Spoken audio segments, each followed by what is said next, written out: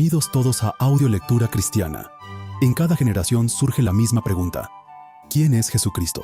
Para algunos fue un maestro admirable, para otros un reformador religioso o simplemente un hombre extraordinario.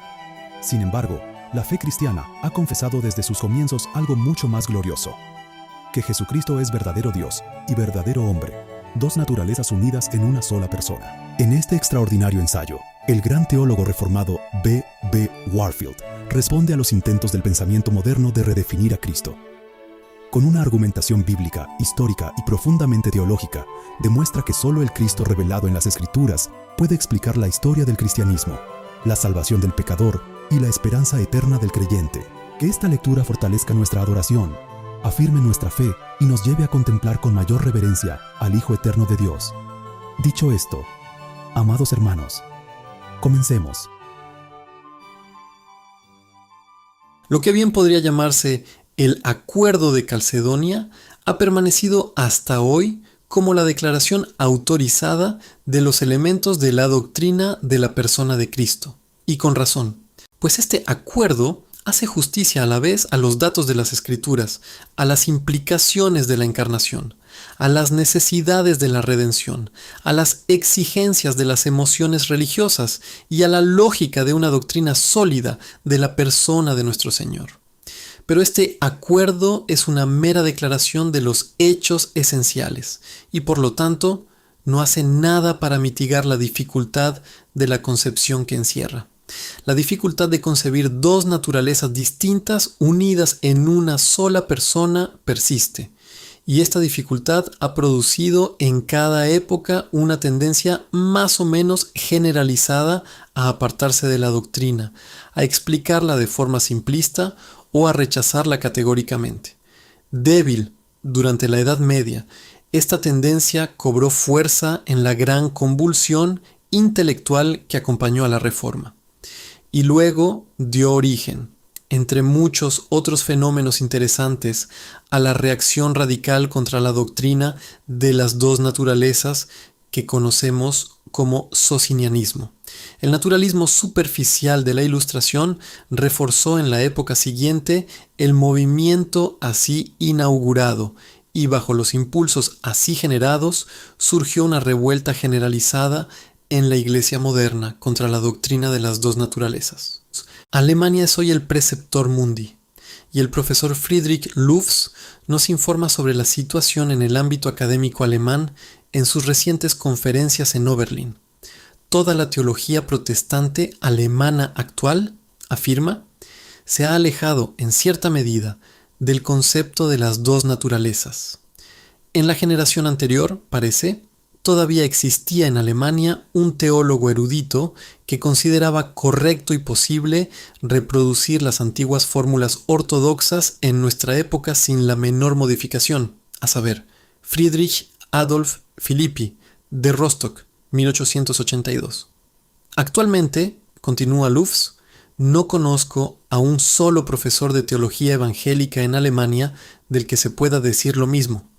Todos los teólogos protestantes eruditos en Alemania, aunque no con el mismo énfasis, admiten unánimemente que la cristología ortodoxa no hace suficiente justicia a la vida verdaderamente humana de Jesús, y que la doctrina ortodoxa de las dos naturalezas en Cristo no puede mantenerse en su forma tradicional.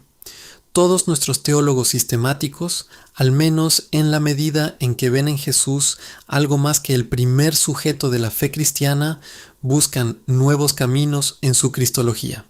Sin duda, la situación aún no ha llegado tan lejos en los países de habla inglesa, pero aquí también la tendencia apunta claramente en la misma dirección, e incluso entre nosotros reina una inmensa confusión con respecto a esta doctrina fundamental de la religión cristiana.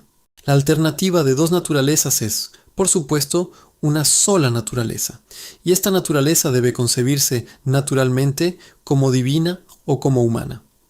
La tendencia a concebir a Cristo como totalmente divino, en la medida en que se ha manifestado, ha sido más bien religiosa que teológica, si podemos recurrir aquí a esta terminología tan manida y engañosa. Ha existido más como un estado del corazón y una actitud devocional que como una doctrina razonada. Nada ha caracterizado más a los cristianos desde sus inicios que el hecho de ser adoradores de Cristo. Para los autores del Nuevo Testamento, el reconocimiento de Jesús como Señor era la señal de un cristiano, y todas sus emociones religiosas se dirigían hacia Él. Se ha reprochado a los evangelistas que, siguiendo sus fuentes, fueran todos adoradores de Jesús, y es precisamente por eso que la crítica naturalista moderna nos advierte que no debemos confiar en sus representaciones de su vida sobrenatural en la tierra. Para los observadores paganos de los primeros cristianos, su característica más distintiva que los diferenciaba de todos los demás era que cantaban alabanzas a Cristo como Dios. Un astuto polemista moderno incluso ha llegado a afirmar que el único Dios que tienen los cristianos es Cristo. El cristianismo, dice, es ante todo la adoración de Cristo. Lejos, en el trasfondo de la existencia, puede haber un poder que responda al Brahma indio o al Cronos griego y que se conciba como Dios Padre. Pero la deidad que obra, que vive eternamente, que siempre está activa, es Cristo. Él es el creador y preservador del mundo, el gobernante, redentor y juez de los hombres. A Él y a ningún otro se le adora como Dios, se le cantan himnos, se le reza, se le invoca. A Él se le han transferido los atributos de Jehová. Él y ningún otro es el Dios cristiano. Si hay alguna exageración aquí, no se encuentra en el lado positivo.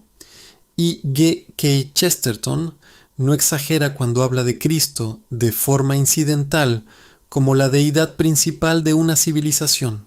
Esta veneración a Cristo ha tenido, por supuesto, consecuencias teológicas de gran importancia, algunas incluso trascendentales. Por ejemplo, podemos considerar, junto con muchos historiadores, la adoración de los santos y especialmente de la Virgen María, como, al menos en parte, un intento del espíritu humano de suplir, fuera del Cristo concebido como puramente divino, el elemento humano en la relación divina concebida mediatísticamente. Pero solo en contadas ocasiones ha buscado, a su vez, un fundamento teológico mediante la divinización formal de la totalidad de Cristo. Pensamos aquí, naturalmente, en los apolinaristas y los monofisitas, pero más particularmente en el luteranismo confesional, que mediante su teoría de la communicatio idiomatum logró preservar en la teología una naturaleza humana para Cristo, al tiempo que presentaba un Cristo puramente divino a nuestras emociones religiosas. Sin embargo, tendremos que remontarnos al docetismo gnóstico de los primeros siglos del cristianismo para encontrar algún esfuerzo influyente que especulativamente interpretara a Cristo como un ser totalmente divino. Si bien algunos hombres han olvidado al Cristo humano en su reverencia por el Cristo divino, no han mostrado gran inclinación a explicar a Cristo al pensamiento en términos puramente divinos. La rebelión contra la doctrina de las dos naturalezas no significa, por lo tanto, ni más ni menos que la explicación de Cristo en términos de mera humanidad. Cuando Lufs afirma que toda la Alemania intelectual ha rechazado la doctrina de las dos naturalezas, esto equivale a decir que toda la Alemania intelectual ha rechazado la doctrina de la divinidad de Cristo y lo interpreta, según su criterio, como un ser puramente humano. Puede que continúen venerándolo, puede que incluso algunos hombres sigan adorándolo. Así como muchos de los unitarios más antiguos consideraron posible seguir ofreciendo culto a Cristo e incorporaron en sus himnarios oficiales himnos de alabanza a Él como Dios, como ¿Cómo terminará el triunfo de la muerte?, de Bonar, en el que Cristo es celebrado como el primero y el último, que fue y es, o Mi fe te mira, de Ray Palmer, en el que se le llama Salvador Divino. Muchos de nuestros nuevos humanitarios alemanes siguen adorando a Cristo. Karl Thieme, por ejemplo, quien reprende con razón a sus compañeros por seguir usando frases como la divinidad, la deidad, la divinidad de Cristo, cuando saben muy bien que Jesús no es Dios, sino solo hombre. Sin embargo, argumenta enérgicamente que Él es digno de nuestra adoración, debido a lo que Él llama su unidad representativa con Dios. Cuando se le pregunta en qué se diferencia su adoración de Jesús, en principio de la burda agiolatría de la Iglesia de Roma, Thieme responde ingenuamente y de manera muy significativa. Pues en este aspecto tan importante, que Él adora solo a un santo, los romanos a muchos. La actitud de adoración que los hombres de esta clase mantienen hacia Jesús, a quien, sin embargo, declaran simple hombre, ha provocado, como es natural, un profundo disgusto en amplios círculos. No se les reprocha injustamente idolatría. Se les llama despectivamente jesucitas, adoradores del hombre Jesús. Incluso se ha aprovechado su corrupto culto a Jesús para iniciar un movimiento de rebelión contra el cristianismo en su conjunto, erróneamente identificado con ellos, en aras de un servicio a Dios puro y no idolátrico. Hombres como Wilhelm von Schneen y Arthur Drews pueden así argumentar que solo en su culto filosófico se encuentra la verdadera adoración, y no dudan en declarar que el mayor obstáculo para la religión pura en el mundo actual es precisamente esta adoración idolátrica de Jesús, interpretado como un mero ser humano. Por lo tanto, solo podemos honrar su memoria cuando la mayoría de quienes han renunciado a la divinidad de nuestro Señor se niegan a adorarlo, y si bien le profesan admiración y respeto, reservan su veneración religiosa únicamente para Dios. La actual y amplia difusión de concepciones puramente humanitarias de la persona de Cristo no se ha alcanzado, por supuesto, sin un desarrollo gradual, en cuyo progreso se han enunciado diversas posturas de compromiso que buscan mediar entre la doctrina de las dos naturalezas y el creciente humanitarismo. La más interesante de ellas es esa maravillosa construcción conocida como kenotismo, derivada de su vano intento de afianzarse en la declaración de Pablo, Filipenses 2:8, de que Jesús, siendo por naturaleza en forma de Dios, se despojó de sí mismo, como lamentablemente traduce erróneamente nuestra versión revisada el verbo griego, del que deriva el término kenosis, y así se hizo hombre. La idea es que el Hijo de Dios, al hacerse hombre, abandonó su divinidad, la extinguió, por así decirlo, al sumergirla en la corriente de la vida humana. Esta curiosa visión guarda una relación similar con la tendencia a pensar en Cristo en términos de pura humanidad, a la que la cristología luterana guarda con la tendencia opuesta a pensar en Él en términos de pura divinidad. Así como aquello fue un intento de asegurar un Cristo puramente divino, sin negar teóricamente su naturaleza humana, esto fue un intento de asegurar un Cristo puramente humano, sin negar teóricamente su naturaleza divina. En efecto, nos da un Cristo de una sola naturaleza, y esa naturaleza es puramente humana, aunque teóricamente explica esta naturaleza humana como una deidad reducida. Por lo tanto, Albrecht Ritschl lo llamó Verschämter Socinianismus. Socinianismo, sí, pero un socinianismo que difiere del socinianismo audaz al que estamos acostumbrados, manteniéndose tímidamente retraído y tratando de ocultarse tras faldas protectoras. El kenotismo difiere fundamentalmente del socinianismo, pues este último nos arrebató únicamente a nuestro Cristo divino, mientras que el kenotismo también nos arrebata a nuestro propio Dios. ¿Qué clase de Dios es este que es Dios, y no Dios alternativamente según su voluntad, y que activa y desactiva a su antojo aquellas cualidades específicas que lo convierten en el ser que llamamos Dios, como un rey se pone y se quita la corona, como un leopardo desea cambiar sus manchas pero no puede, o como un etíope su piel? Por supuesto, todo esto es, como Albrecht Ritschl lo describió acertadamente, y como Lufs repite, pura mitología.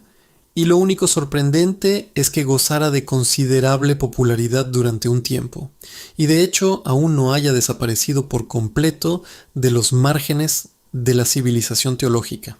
Louvs parece alzar un poco las cejas al comentar que, si bien ha ido desapareciendo gradualmente en Alemania, parece haber encontrado defensores en Inglaterra. En Suecia también, añade con meticulosa concienzudez, fue defendida con seguridad hasta 1903 por Oscar Bensow. Los escritores ingleses a los que se refiere son hombres de gran talento como D. W. Forrest, W. L. Walker, P. T. Forsyth y el más reciente de todos, H. R. Mackintosh. Pero ni siquiera escritores brillantes podrán reavivar las brasas de esta especulación extinta. Los teóricos humanitarios buscan en Jesús a un hombre verdadero, no a un Dios marchito, y ningún corazón cristiano se conformará con un Cristo en quien, citamos de nuevo a Ritschl, no había divinidad alguna mientras estuvo en la tierra, y en quien, podemos añadir, puede que no haya humanidad alguna ahora que ha ido al cielo. A estas alturas debería ser evidente que no puede existir un término medio entre las doctrinas de que Cristo es Dios y hombre y las de que Cristo es simplemente hombre. Entre estas dos posturas existe una dicotomía irreductible, y muchos podrían verse inclinados a adoptar la mordaz crítica de Biederman a las teorías kenóticas, según la cual solo quien ha experimentado una kenosis de su entendimiento puede acogerlas. Al ocultarse el sol kenótico bajo el horizonte, queda, sin embargo, un cierto resplandor. En ciertos círculos se observa una tendencia a hablar en lengua kenótica, pero rechazando su nombre, a reivindicar como herencia cristiana los rasgos esenciales de la cristología kenótica, pero negándose a explicarlos con precisión desde una perspectiva kenótica. Un ejemplo temprano y aislado de este procedimiento lo proporciona Thomas Adamson, quien en sus Estudios de la mente en Cristo, 1898, retrata a Jesús de una manera que parece requerir la presuposición de la kenosis para justificarse, pero que él mismo rechaza enérgicamente.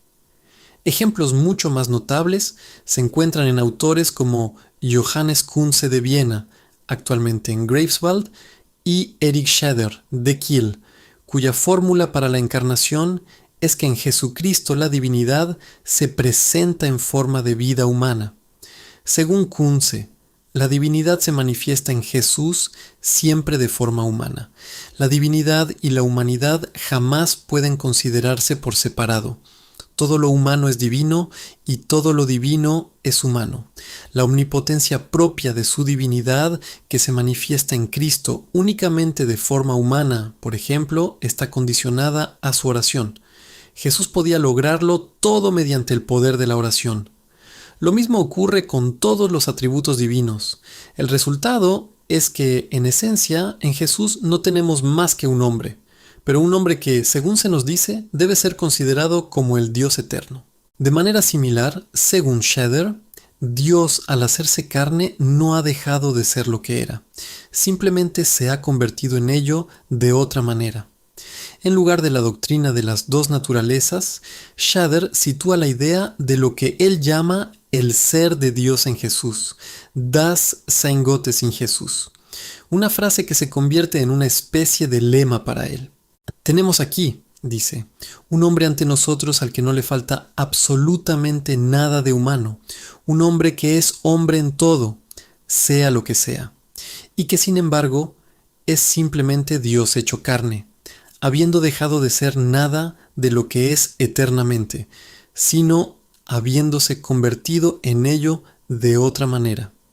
La estrecha línea que separa esta doctrina de Dios en forma humana del kenotismo explícito puede observarse en las dificultades en las que se encuentra Scheder cuando habla del acto por el cual tiene lugar la poderosa transformación que él postula en el Hijo de Dios.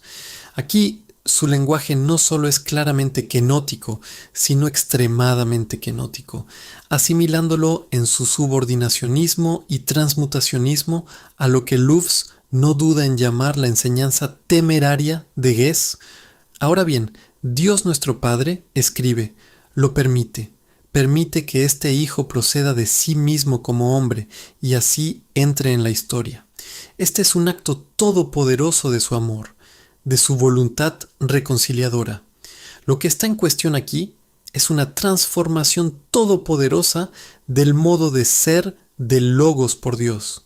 Cuando se nos dice que, por el acto todopoderoso de Dios, el Hijo eterno de Dios se convierte en un niño débil en desarrollo, no nos tranquiliza tanto como nos desconcierta que se nos diga al mismo tiempo que Él no deja de ser lo que era, solo se convierte en lo mismo de otra manera. Tampoco nos ayuda mucho que se nos explique que, incluso en su estado preexistente, el Hijo de Dios, por ser Hijo, dependía de Dios, estaba subordinado a Él y solo hacía la voluntad de Dios, de modo que incluso en su estado preexistente recurría a la oración, conservaba la humildad en la presencia divina y vivía en obediencia a Dios. Solo se nos hace comprender con fuerza que es una tarea sumamente difícil, al mismo tiempo ocultar y preservar la verdadera divinidad de Cristo. Las fórmulas fundamentales con las que operan Kuntze y Scheder, que la encarnación consiste en el ser de Dios en Cristo, que Dios está en Cristo en forma humana, reaparecen, quizás con mayor pureza, en los escritos del difunto R.C. Moberly. Cristo, dice, no es tanto Dios y hombre, sino Dios en, a través de y como hombre. Dios como hombre es siempre, en todas las cosas, Dios como hombre. Si todo es divino, todo es también humano. Así también, W.P. Du Bois desea que no olvidemos que Dios es más Dios en el momento en que es más amor, y que no dejemos de reconocer a Dios en el acto más elevado de su atributo más elevado, confundiendo la pompa externa con la nobleza interna. Todo lo cual tiene la apariencia, al menos, de ser solo una forma de reivindicar la herencia de los kenotistas, evitando al mismo tiempo el escándalo del nombre. Al revisar la obra de Du Bois, el profesor Sunday coincide con las ideas que éste expone y considera probable que los modernos, al insistir en la personalidad única de nuestro Señor, divina y humana a la vez, y aparentemente divina solo por ser perfectamente humana, hayan perfeccionado la antigua doctrina de las dos naturalezas de los credos. De esto podemos deducir que el movimiento no es más que una fase de la ferviente propaganda a favor de un Cristo de una sola naturaleza y que propone un nuevo método para integrar a Dios en el hombre. Este método consiste en proclamar la paradoja de que Dios es más Dios cuando deja de serlo, cuando se hace hombre, pues esta condescendencia marca la manifestación en su máxima expresión de la más elevada de todas las actividades de Dios, el amor. Pero también podemos percibir aquí algo que legítimamente nos interesa.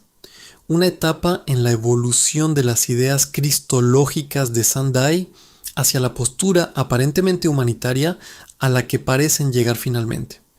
En escritos anteriores, Sandai había enseñado con claridad los fundamentos de la cristología trinitaria y se había manifestado en contra de las especulaciones kenóticas.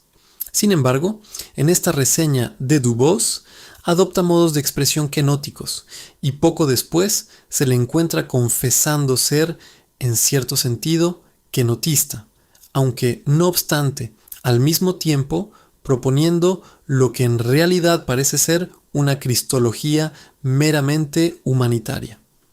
La sugerencia final de Sunday es que pensemos en Cristo como aquel hombre en cuyo subconsciente, que debe concebirse como abierto en su base y a través de esa abertura, en contacto con el océano de la divinidad que yace más allá, las olas de este océano de la divinidad inundan con mayor frecuencia, plenitud y fuerza que en el caso de los demás hombres, y así, con mayor frecuencia, plenitud y fuerza se hacen sentir también en el estrato superior de su ser, su yo consciente, que en el caso de los demás hombres.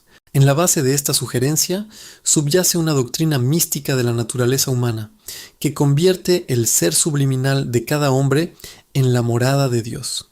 Si tan solo descendemos lo suficientemente profundo en el ser humano, encontraremos a Dios. Y si las mareas del infinito llegan lo suficientemente alto, emergerán a la conciencia. El hombre difiere del hombre, sin duda, en la riqueza y plenitud con que lo divino que subyace a su ser surge en él y entra en su conciencia. y Jesús difiere de los demás hombres al estar en esto incomparablemente por encima de ellos. En Él reside la divinidad, así como la humanidad, pero no la divinidad junto a la humanidad, sino la divinidad subyacente a su humanidad y sosteniéndola, como la divinidad subyacente a toda la humanidad. El error de la cristología ortodoxa ha sido trazar verticalmente la línea que divide la divinidad y la humanidad. Tracémosla más bien horizontalmente, entre el medio humano superior, que es el campo propio y natural de toda expresión activa, y esas profundidades inferiores que no son menos el hogar propio y natural de todo lo divino. Así, tendremos un Cristo cuya vida, aunque en la medida en que era visible, era una vida estrictamente humana. Sin embargo, era en sus raíces más profundas directamente continua con la vida de Dios mismo. Que lo mismo pueda decirse de cada hombre. Sunday lo afirma expresamente e identifica igualmente este elemento divino que se encuentra en la raíz del ser, tanto de Cristo como de todos los demás hombres, con lo que las Escrituras llaman la morada del Espíritu Santo. Cristo se convierte así simplemente en el hombre en quien el Espíritu Santo mora con mayor abundancia que en los demás. Él no es Dios y hombre, ni siquiera es Dios en el hombre, es hombre con Dios morando en él, como, aunque de forma menos completa, Dios mora en todos los hombres. Hemos llegado a una cristología que sustituye la encarnación por una noción que oscila entre las dos concepciones, la inmanencia divina general y la presencia especial del Espíritu Santo. Según se priorice una u otra de estas concepciones, encontrará, por lo tanto, afinidades con alguna forma extendida de la teoría humanitaria, tan popular hoy en día. Pues muchos de nosotros, declarando que Jesús no era más que un hombre, pretenden explicar lo divino que también se encuentra en él basándose en la inmanencia divina, y otros tantos pretenden explicarlo basándose en la presencia o inspiración divina. Quienes adoptan la primera de estas posturas suelen hablar de Jesús como un organismo humano imbuido del pensamiento divino. Esta concepción puede presentarse de forma muy burda, o bien revestirse de un lenguaje muy bello y convertirse en vehículo de fervientes expresiones de reverencia hacia Cristo. Veo, explica James Drummond, en la belleza de una rosa un pensamiento divino, que no es otro que Dios mismo manifestándose a través de la rosa en la medida en que las limitaciones de ésta lo permiten. Pero no creo que la rosa sea Dios, poseedor de omnisciencia, omnipotencia, etc. Así pues, hay quienes, a través del Nuevo Testamento y la vida tradicional de la cristiandad más pura, han contemplado el rostro de Jesús y han visto en él un ideal, una gloria que han sentido como la gloria de Dios, un pensamiento de filiación divina que ha transformado por completo su concepción de la naturaleza humana y el propósito de su vida. Según sus defensores, esta concepción es muy superior al Dios enmascarado de la ortodoxia actual. Exalta a Cristo por encima de todos los hombres y le otorga un lugar a la diestra de Dios. Sin duda, era solo un hombre, un organismo humano, pero era un hombre cuya voluntad era tal que Dios podía actuar sobre él como sobre ningún otro en la historia de la humanidad. Desde los albores de la conciencia, el Cristo humano asumió tal rectitud ética ante Dios que Dios pudo derramarse sobre él en actividades totalmente excepcionales. En él, por primera y única vez, el Todopoderoso tuvo la oportunidad de interactuar con un alma humana. Y, mientras el Maestro se mantenía en una singular entrega ética a Dios, Dios actuaba sobre él de tal manera que la relación metafísica también se volvía única. La singularidad ética implica y hace inevitable su correspondiente singularidad metafísica en la relación con Dios.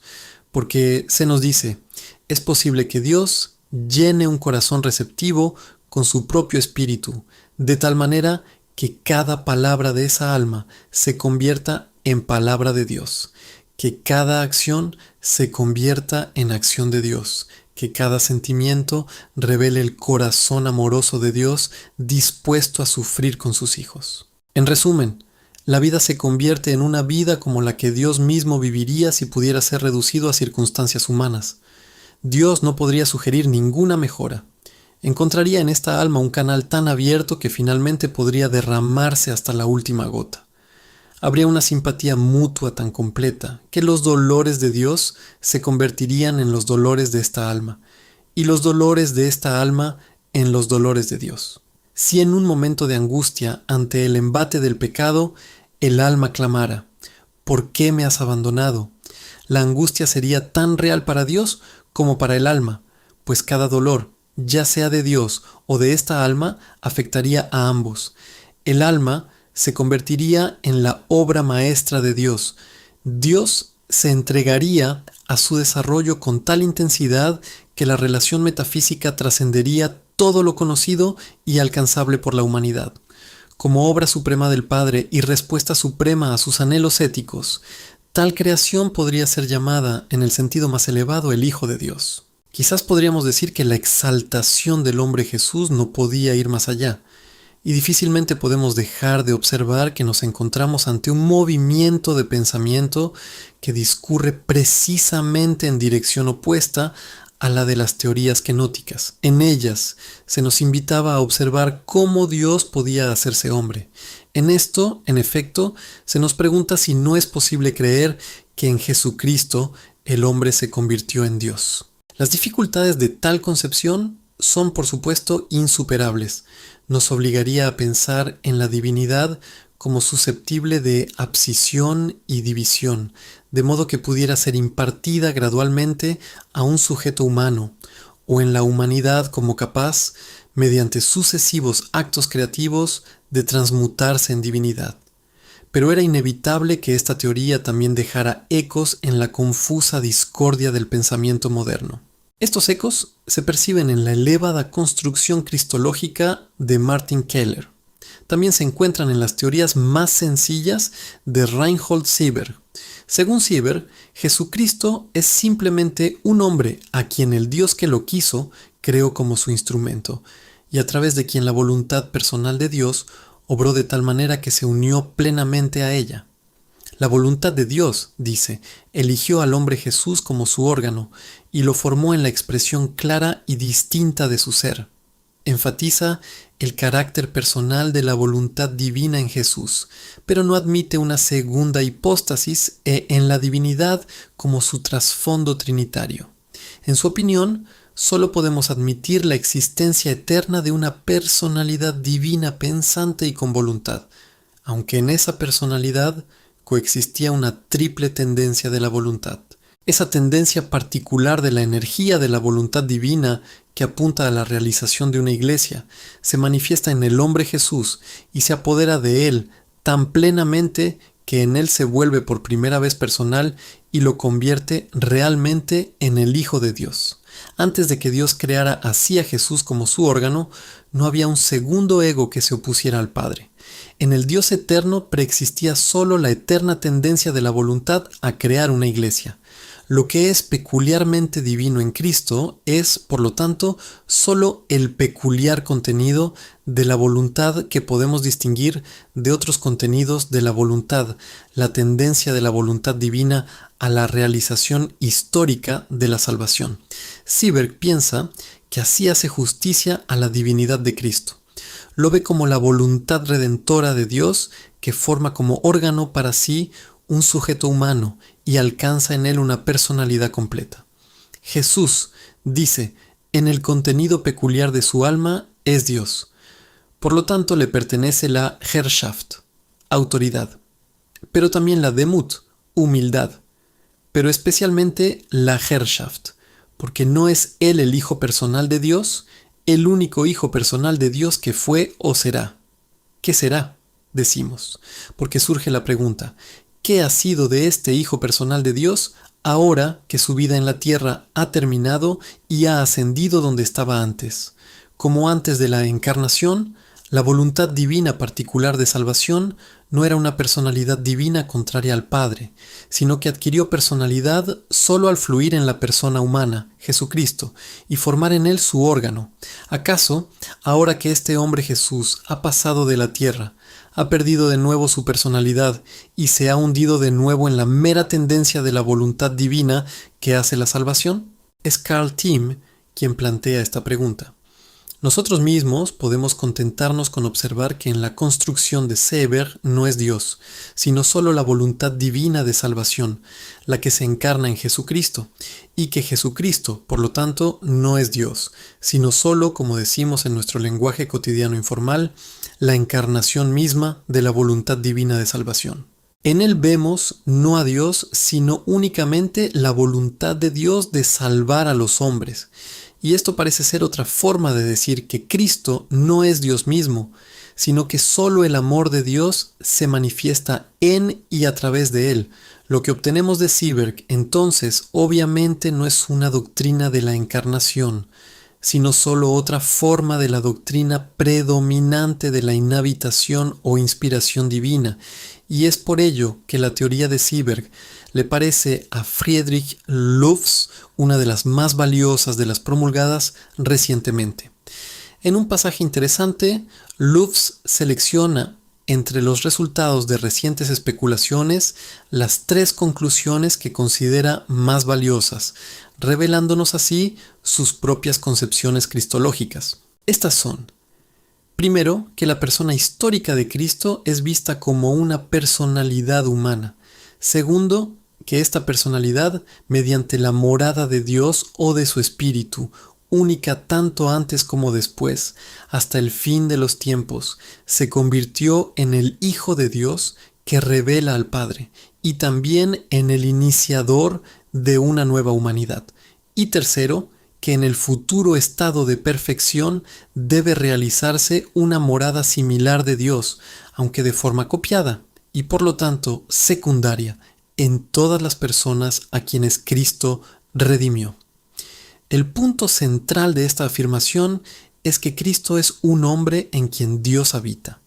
La convicción, señala Lofs al explicar sus puntos de vista, de que Dios habitó en Jesús de manera tan perfecta a través de su Espíritu como nunca antes había ocurrido, ni ocurrirá jamás, hace justicia a lo que enseñamos históricamente sobre Jesús y al mismo tiempo puede considerarse una expresión satisfactoria de la posición única de Jesús, que es una certeza para la fe. De hecho, admite que no comprende del todo el significado de la morada del Espíritu de Dios en Jesús, y en efecto confiesa que ni siquiera entiende qué se entiende por Espíritu de Dios, y coincide en que la fórmula de la morada del Espíritu de Dios en Jesús puede interpretarse de forma tan simplista que anule toda pretensión de singularidad para Jesús. Por lo tanto, no se siente tan satisfecho con ella como, por ejemplo, expresa Hans Heinrich Wendt, pero no sabe qué más decir y prefiere dejarlo así, reconociendo además que se siente ante un misterio. Lofs es un ritschliano de extrema derecha, y en su percepción del misterio que encierra Cristo, que no lo deja del todo satisfecho con la definición de su persona como un hombre en quien Dios habita de manera única, percibimos la magnitud de la concepción cristológica que podemos alcanzar partiendo de la premisa ritschliana. Resulta bastante difícil determinar qué pensaba Ritschl de Cristo, y sus seguidores no coinciden plenamente en su interpretación detallada. Él mismo advierte que no debemos suponer que ignora los misterios solo porque no habla de ellos. Es precisamente de los misterios, dice, de los que desea guardar silencio. Mientras tanto, guarda silencio sobre todo lo trascendental en Cristo, su preexistencia, su divinidad metafísica, su exaltación, si es que estas cosas pertenecen a Cristo.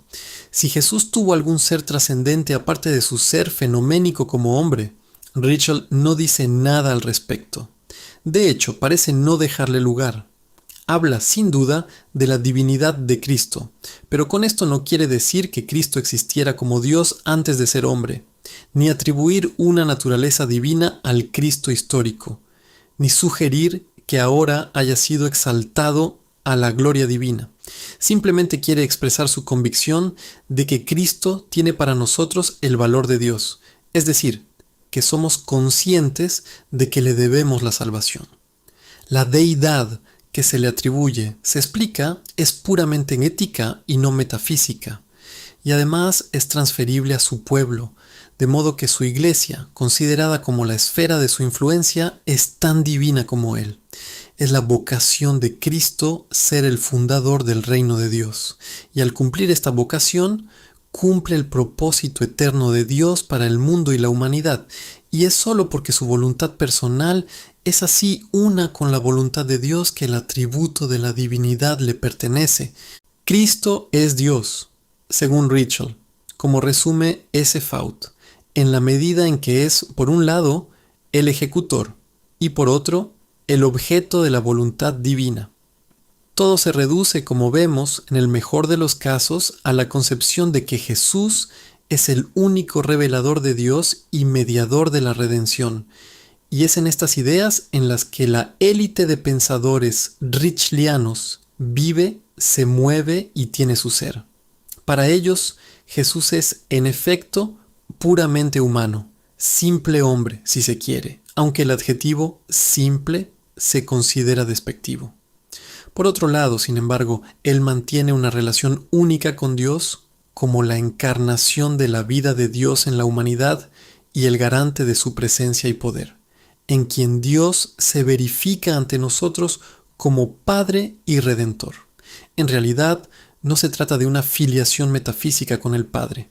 La filiación es una idea ético-religiosa cuando se aplica a Jesús. Cuando lo llamamos hijo, no pretendemos declararlo Dios en un sentido metafísico. Simplemente indicamos su misión superior para la humanidad como representante y comunicador de la vida del Padre, por su centralidad para toda la raza humana como el único mediador perfecto de la vida divina.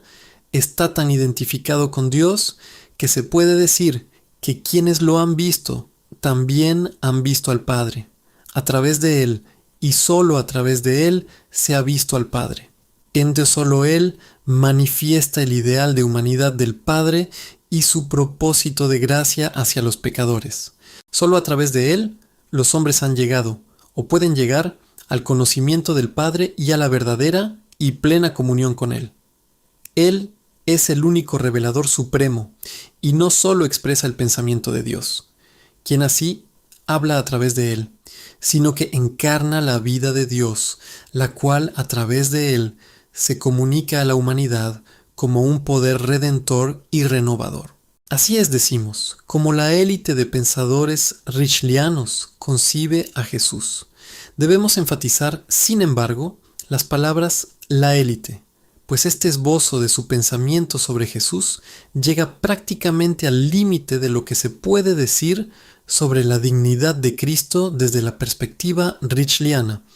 No solo expresa, por supuesto, ideas que un Schulz, un Harnack o un Wendt considerarían imposibles, sino que trasciende también lo que un Kaftan, un Kattenbusch, un Lufs o un Bornemann estarían dispuestos a afirmar.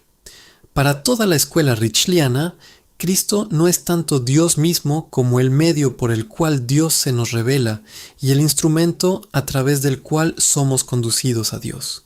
Y es por ello que en un sentido modificado están dispuestos a llamarlo divino. El término divinidad aplicado a Jesús expresa en el fondo, según un cuidadoso intérprete de su pensamiento, nada más que la absoluta confianza del creyente en el poder redentor del Salvador.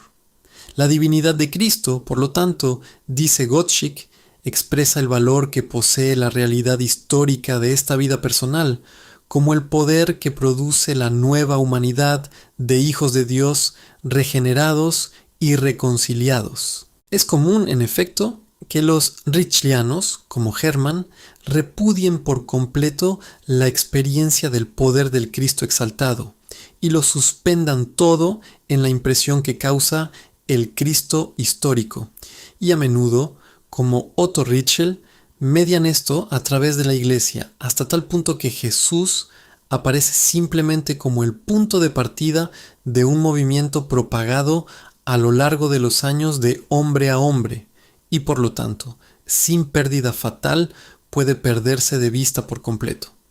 La concepción ritschliana de Cristo debe ocupar su lugar como una más de las numerosas formas que manifiesta el humanitarismo de nuestra era antisupernaturalista.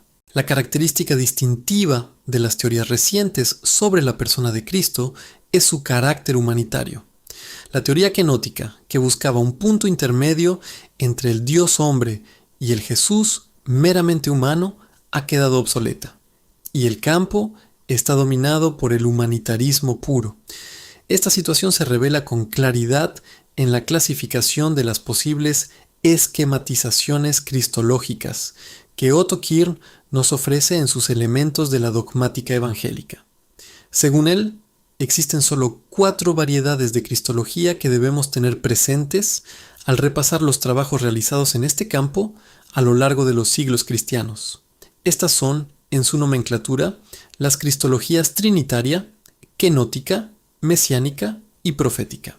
Las 2 primeras, la trinitaria y la kenótica, admiten la figura del Dios hombre.